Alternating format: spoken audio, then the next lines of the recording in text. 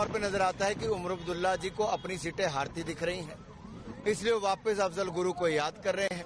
वो आतंकवादी जिसने संसद पर हमले की साजिश रची, सुप्रीम कोर्ट ने उनको फांसी की सजा दी।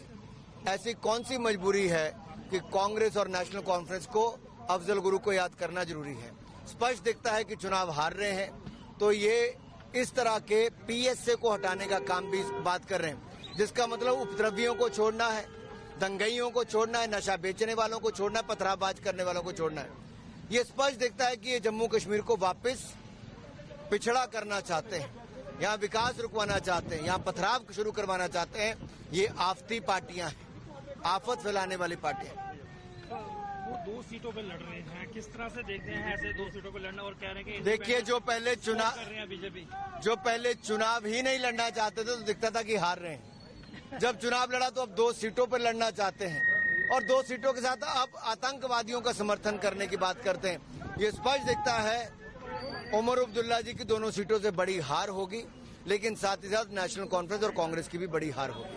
सर, राहुल गांधी की बात की तो उन्होंने एक जगह इंटरव्यू दिया है कि भाई कहा है कि भारत एक संविधान में लिखा है कि भारत एक संघ यूनियन स्टेट है, फिर भी बीजेपी नहीं मानती है और आरएसएस नहीं मानती है, वो अलग करती है इसको। मैं इतना ही कहूंगा, राहुल गांधी जी का काम बांटो और राज करो, इस नीति को लेकर ये लोग पहले चले थे और अब भी इनकी वही। अंग्रेज चले गए लेकिन अपनी सोच कांग्रेस को दे गए।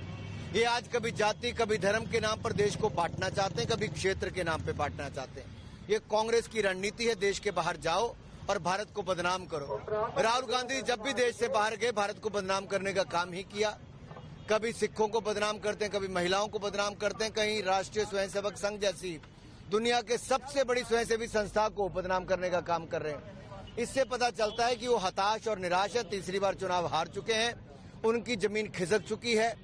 और राहुल गांधी जी, देश को बदनाम करने से कुछ नहीं होगा, चाइना का फंड लेने से कुछ नहीं होगा, पाकिस्तान की मदद लेने से कुछ नहीं होगा। वोट तो भारत की जनता ही करेगी और भारत की जनता कांग्रेस को नकार चुकी है।